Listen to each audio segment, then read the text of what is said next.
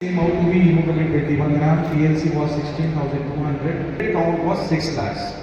So EPO level was subnormal, that is 1.7, and JAK2 mutation was positive. Patient usually came to know that he is going through such a big disease. So further in my tenure, so we have to tell him that yes, you have a comfortable life or a risky life. So for this, we should know the risk factors of these cases. Increased WBC count. Patient may have comorbidities like diabetes, phlebotomy leading to a non-compliance. Another important drug is aspirin because these are very much hypercoagulable states. 2 दिन से आज हमारे यहाँ पे seminar चल रहा है, कल और आज। ये हज़ारे तुलसी कैंसर हॉस्पिटल और एसपी मेडिकल कॉलेज, इसमें दोनों ने मिलकर जो सेमिनार किया है, इसमें पहले दिन हम लोगों ने पैथोलॉजी विभाग जो हमारा होता है डायग्नोसिस का और ब्लड बैंक, इनके लिए हमने वर्कशॉप की थी। उस वर्कशॉप में जो रेजिडेंट डॉक्टर्स हैं और जो हमारे यहाँ डॉक्टर्स हैं, उनको बाहर से एक्सपर्ट हैं, उन्होंने आके और हैंड ऑन पूरा प्रैक्टिकल करके कैसे कैसे क्या करना चाहिए, ब्लड बैंक में क्या क्या करना चाहिए, कैंसर के पेशेंट्स में कैसे बोन मैरो बायोप्सीज वगैरह होती है, उनको प्रैक्टिकली सिखाया है वर्कशॉप में।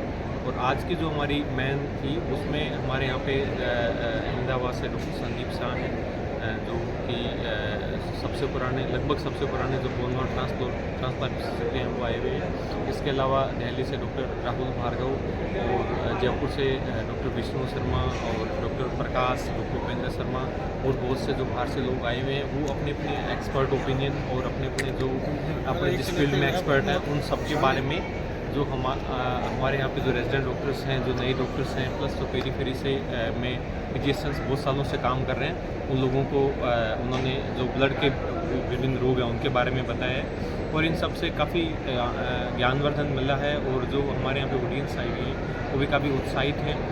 और ये सब के बाद सब लोग जो पेरीफेरी में जाएंगे या हमारे यहाँ पे भी जो मरीजों की केयर है उसमें काफ़ी सुधार आएगा।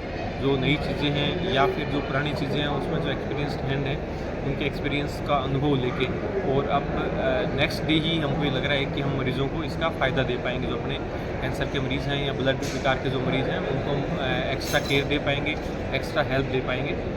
इसलिए ये 2 दिन के सेमिनार से काफ़ी हेल्प मिली है राजस्थान के डॉक्टर्स को। जो ये सेमिनार है, इसमें नई खोज के लिए सेमिनार नहीं है, क्योंकि ये रिसर्च नहीं है। ये सेमिनार में जो नई खोजें भी आई हैं उनके बारे में डिस्कशन है, ताकि जो नया ट्रीटमेंट आया है और जो पुराना ट्रीटमेंट चल रहा है, क्योंकि देखो जो हर फील्ड में एक ही काम करता है वो ज़्यादा एक्सपर्ट होता है, तो उन फील्ड में कहीं कोई कमी तो नहीं है, उनके बारे में ये है। बाकी तो हर रोज़ नई खोज होती रहती है, रोज़ रोज़ नई दवाइयाँ आती रहती है। तो अब जो पिछले 6 महीने में क्या नया हुआ है उसके बारे में हम यहाँ पे डिस्कशन किया है। मैं डॉक्टर सुरेंद्र बेनीवाल हूँ, मैं यहाँ पे प्रोफेसर एंड हेड जो मेडिकल ऑन्कोलॉजी डिपार्टमेंट है वहाँ पे काम करता हूँ। आज जो सेमिनार हुआ है ये हेमेटो ऑन्कोलॉजी का सेमिनार था। हेमेटोलॉजी यानी ब्लड डिसऑर्डर, जो खून की जो अलग अलग बीमारियाँ होती है, कैंसर्स होते हैं, उनको लेके सेमिनार था। उनको हम कैसे जल्दी डायग्नोस कर सकते हैं, कैसे अच्छे से ट्रीट कर सकते हैं, नया क्या चल रहा है, नई क्या दवाई आई है, नई तरह की जांचें क्या हो रही हैं आजकल दुनिया में, किस तरह से हम उसको जितना जल्दी, क्योंकि देखो टाइम इज़ लाइफ, जितना जल्दी हम इस बीमारी को पता लगाएंगे उतना जल्दी हम इसको ट्रीट कर पाएंगे। ट्रांसप्लांट है तो उसके अंदर कितना यूज़फुल है, कितना किस किस केस के जल्दी ट्रांसप्लांट करना चाहिए हमें, इसमें डिस्कस की गई है। आज हमारे पास में जैसे ट्रांसप्लांटर भी आए हैं, डॉक्टर संदीप शाह साहब 1000 से ऊपर ट्रांसप्लांट अभी तक कर चुके हैं। और उसी तरह से डॉक्टर प्रकाश जी आए हैं, जो अभी रिसेंटली बहुत तेज़ी से जयपुर के अंदर ट्रांसप्लांट कर रहे हैं। इवन बीकानेर में भी हम लोगों ने 34 ट्रांसप्लांट किए हैं, जो कि सारे के सारे सफल रहे हैं और सभी सब नॉर्मल अपनी ज़िंदगी जी रहे हैं। तो बेसिक मोटिव यही था कि सभी को हम अपडेट करें और पेरीफेरी के अंदर जितने भी फिजिशियंस हैं, पीडियाट्रिशियंस हैं, उनको जो ब्लड या ब्लड से संबंधित बीमारियों में दिक्कत आती है, ब्लीडिंग को लेकर दिक्कत आती है, उन सबको अपडेट करना कि ऐसी कोई दिक्कत उनको वहाँ मिलती है तो वो उसको किस तरह से ट्रीट करें, या कब वो अलर्ट हो जाए कि हाँ ये दिक्कत आ रही है तो उनको फटाफट हमें हायर सेंटर बीकानेर हॉस्पिटल जाए तो उसे भेजना चाहिए आगे इलाज के लिए। तो ये सब सिखाई गई है। साथ ही हमने सुबह सुबह उन सभी डॉक्टर्स को, लगभग 100 से अधिक डॉक्टर्स को हमने बोन मैरो एस्पिरेशन बायोप्सी की जांच करना किस तरह से की जाती है वो सिखाई थी। उससे आप बीमारी को जहां आप रहते हैं वहीं ही पकड़ सकते हैं, बजाय उसको छोटी छोटी चीज़ के लिए आपको बीकानेर भेजनी जरूरत नहीं पड़ेगी। आप अगर वो सीख लेते हैं अच्छे से तो उसको वहाँ पे भी पकड़ सकते हैं। सुबह जिन्होंने उस प्रोसीजर के बारे में सीखा है या जो भूल गए या कॉन्फिडेंस नहीं है, उनके लिए हमने यहाँ पे 3 पेल्विस प्रोवाइड किए हैं, जो पूरी कॉन्फ्रेंस के दौरान कभी भी वहाँ जाके उस पर ट्राई कर सकते हैं। एक एक लड़का वहाँ ऑलरेडी रखा गया है जो उनको पूरा समझाएगा कि कैसे कैसे ये होती है, ये चीज़ थी। स्टेम सेल से 100% तक संभव है सर। हमने ऐसे ऐसे केस माइलोमा लिम्फोमा के ऐसे ऐसे केस अभी ठीक किए हैं जिनके लिए जवाब देने के अलावा कोई दूसरा उपाय नहीं था। तो ऐसे केसेस में जब स्टेम सेल ट्रांसप्लांट किया गया तो उनके लिए मील का पत्थर साबित हुआ, उनको नई ज़िंदगी मिली।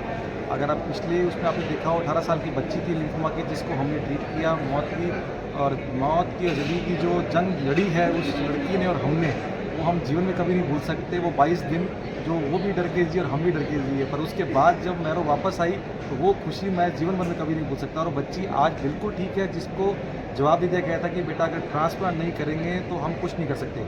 हम एक थेरेपी देते, दूसरी थेरेपी 21 दिन बाद रिपीट की जाती थी, उससे पहले ही उसकी गांठें वापस आ जाया करती थी। तो जो हम दवाई दे रहे थे उससे तेज बीमारी चल रही थी, तो ट्रांसप्लांट के अलावा दूसरा उपाय नहीं। कल ट्रांसप्लांट के बाद में इस तरह से ठीक हुए हैं कि हमने उसको कोई भी दवाई उसके बाद चालू नहीं की। सहायक आचार्य है कि काफ़ी जो बीमारियां हैं उसमें कैंसर और ब्लड के बीमारी, जो कितनी दूसरी बीमारियां हैं उसमें भी अल्टीमेटली जो फाइनल कॉज निकलता है वो हीमेटोलॉजी और कैंसर का निकलता है। ये जो CM या अपडेट जो हुआ है इसमें, उससे स्टूडेंट्स को सबसे ज़्यादा फ़ायदा होता है। और जो सारे बाहर से स्पीकर्स आते हैं वो काफ़ी मेहनत करके अपना लेक्चर बनाते हैं, इनको भी तैयार उनका एक्सपीरियंस और वो लेक्चर देख के काफ़ी इंस्पिरेशन भी मिलता है और नॉलेज का भी फ़ायदा होता है। जो फ्यूचर में इसमें से कई लोग ऐसे हैं कि जो मेडिसिन में पढ़ रहे हैं तो वो हीमेटोलॉजी या ऑन्कोलॉजी में जा सकते हैं। और जो डे टू डे बीमारियां हैं उसमें हम लोग कैसे अप्रोच करते हैं और कब पेशेंट को राइट टाइम पे रिफ़र कर देना चाहिए, तो जितना जल्दी डायग्नोसिस होता है तो आउटकम भी अच्छा रहता है। और रिसर्च में क्या चल रहा है, फ्यूचर के लिए क्या हो रहा है, वो भी उनको पता चलता है। सर बोन मेरो जो ट्रांसप्लांट जो काफ़ी ब्लड कैंसर और जो नॉन मैलिग्नेंट बीमारियाँ है उसको हम बिनाइन डिसऑर्डर बोलते हैं, जिसमें थैलेसीमिया है, प्लास्टिक एनीमिया है, सिकल सेल एनीमिया है और काफ़ी जेनेटिक डिसऑर्डर्स है जो जन्म से होते हैं, उसमें bone marrow transplant curative therapy है। और जो ब्लड कैंसर्स है, lymphoma, myeloma, acute myeloid leukaemia, myelodysplastic syndrome, ये सारी बीमारियों में जो या तो जब रिलैप्स होता है अर्ली ट्रीटमेंट के बाद तब ट्रांसप्लांट से रिस्क होते हैं, जिसमें खाली कीमोथेरापी से ट्रीट नहीं होता है, तो उसमें तो अपफ्रंट ट्रांसप्लांट करते हैं। एक पेशेंट को कीमोथेरापी के रिलैप्स के बाद भी क्योर होने का एक चांस रहता है। ऑलमोस्ट 50% केसेस क्योर हो सकते हैं ट्रांसप्लांट से, रिलैप्स होने के बाद भी।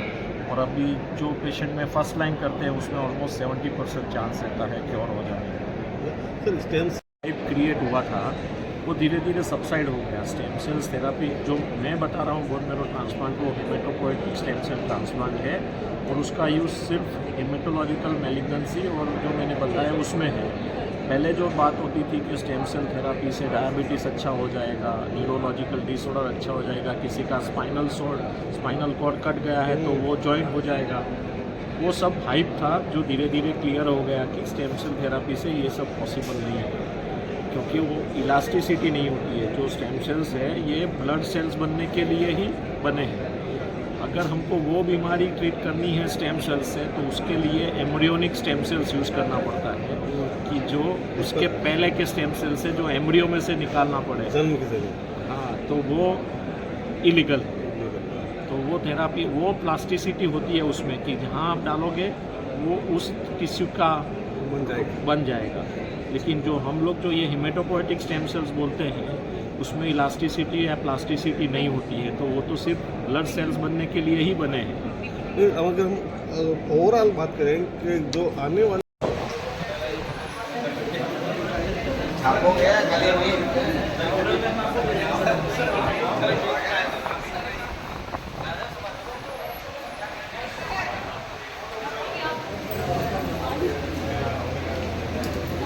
carbohydrates and the unique protein is the carrier protein which tightly binds the iron.